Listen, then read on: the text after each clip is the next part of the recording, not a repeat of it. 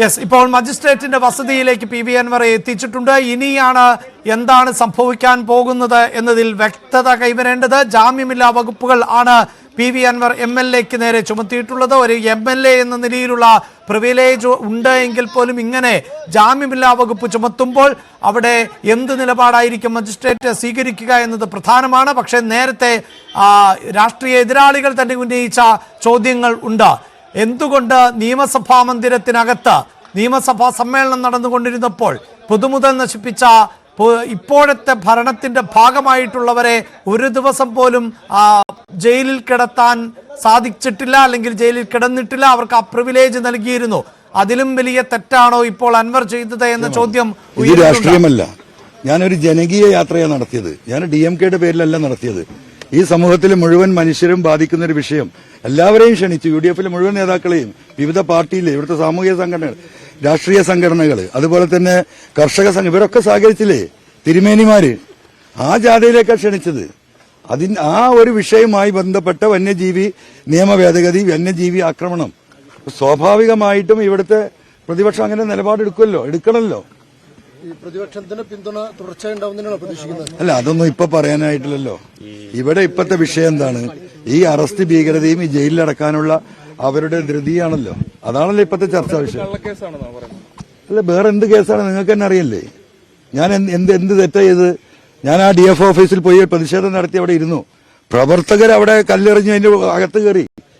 ഒരാൾക്ക് നിയന്ത്രിക്കാൻ സാധിക്കുമോ? ഇത്രയും ദയനീയമായ ഒരു സ്ഥിതിവിശേഷത്തിൽ ജനങ്ങൾക്ക് വികാരം ഉണ്ടാവില്ലേ? സാധാരണ ഇങ്ങനത്തെ സംഭവത്തിൽ എന്താ ചെയ്യുക? റോഡ് പോയി ബ്ലോക്ക് ചെയ്യും. എന്താ കാര്യം? ആ യാത്ര ചെയ്യുന്ന മനുഷ്യരെ കൂടി കഷ്ടപ്പെടുത്തുന്നവർക്ക്. അപ്പൊ ആ റോഡ് ബ്ലോക്ക് ചെയ്യൽ ഒഴിവാക്കിയിട്ട് ഫോറസ്റ്റ് ഓഫീസിലേക്കല്ലേ പോകേണ്ടത്? ഫോറസ്റ്റുകാർ ചെയ്ത കുറ്റത്തിന്. ഇന്ന് പോലീസ് ഉദ്യോഗസ്ഥർ വീട്ടിൽ വന്നപ്പോൾ ഈ കാര്യങ്ങൾ ധരിപ്പിച്ചിരുന്നോ? താങ്കൾ എന്തുകൊണ്ടാണ് അറസ്റ്റ് ചെയ്യാനുള്ള നീക്കം എന്ന് ചോദിച്ചിരുന്നു. മോളിൽ നിർദ്ദേശമാണ്. അറസ്റ്റ് മെമ്മോ ഉണ്ട്, അത് പ്രിപ്പയർ ചെയ്ത അത് തരാമെന്ന് പറഞ്ഞു. ഈ വന്ന പോലീസുകാർ എന്ത് ചെയ്യാനാണെന്ന് മുഖ്യമന്ത്രി നേരിട്ടിരുന്ന മണിക്കൂറുകളായി. ഉച്ചയ്ക്ക് ഇരിക്കാൻ തുടങ്ങിയതാ. ഇരുന്നു കൊണ്ട് അവിടെ ഇരുന്ന് കൈകാര്യം ചെയ്യുക. ഇപ്പുറത്ത് ശശി, അപ്പുറത്ത് അജിത് കുമാർ. ഇങ്ങനെ ഇരുന്നിട്ടല്ലേ ഇത് കൈകാര്യം ചെയ്യുന്നത്? ഈ പോലീസുകാർ എന്ത് ചെയ്യാനാണ്? ഈ നേരത്തെ ഒരുപാട് കേസുകൾ അൻവറിനെതിരെ എടുത്തിരുന്നല്ലോ. ഇപ്പോൾ ലാസ്റ്റ് പോലീസ് സെക്രട്ടറി ആക്ട് പ്രകാരമൊക്കെ കേസ് എടുത്തു. അതിലൊന്നും അറസ്റ്റില്ലാതെ ഈ ഘട്ടത്തിൽ ഇപ്പോൾ അക്രമമുണ്ടോ? അല്ല, സ്വാഭാവികമായിട്ട് അതൊക്കെ ഇതിന്റെ കൂട്ടത്തിൽ വരും. മജിസ്ട്രേറ്റിനെ ഇടങ്ങാറാക്കട്ടെ. ഒരിക്കലും കിട്ടില്ല. പിണറായിന്റെ അടുത്ത് നീതി കിട്ടില്ല. നിങ്ങളെ അങ്ങോട്ടായി പിടിച്ചു വലിക്കുന്നത്. മജിസ്ട്രേറ്റ് വിളിച്ചാൽ പോവില്ലേ? നിങ്ങൾ ഓവർ സ്മാർട്ട് ആവണ്ട DSP, മനസ്സിലായോ? നിങ്ങൾ കണ്ണൂരിനാ വരുന്ന കണ്ടേ മാനം കെടുത്താൻ നിൽക്കരുത്.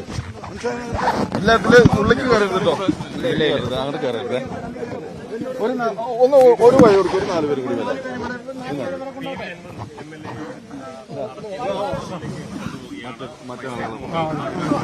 യെസ്, എന്തായാലും പോലീസിനോടും അടക്കം വിമർശനം ഉന്നയിക്കുന്നുണ്ട് പി വി അൻവർ. പ്രത്യേകിച്ച് മാധ്യമപ്രവർത്തകരോട് സംസാരിച്ചു കൊണ്ടിരുന്നപ്പോൾ കോടതിയിലേക്ക്, അതായത് മജിസ്ട്രേറ്റിന്റെ മുന്നിലേക്ക് വരാൻ ആവശ്യപ്പെട്ടപ്പോൾ അതിനെ എതിർക്കുന്നു, അല്ലെങ്കിൽ എന്തിനാണിങ്ങനെ എന്ന മറുചോദ്യത്തിലേക്ക് പോകുന്നു.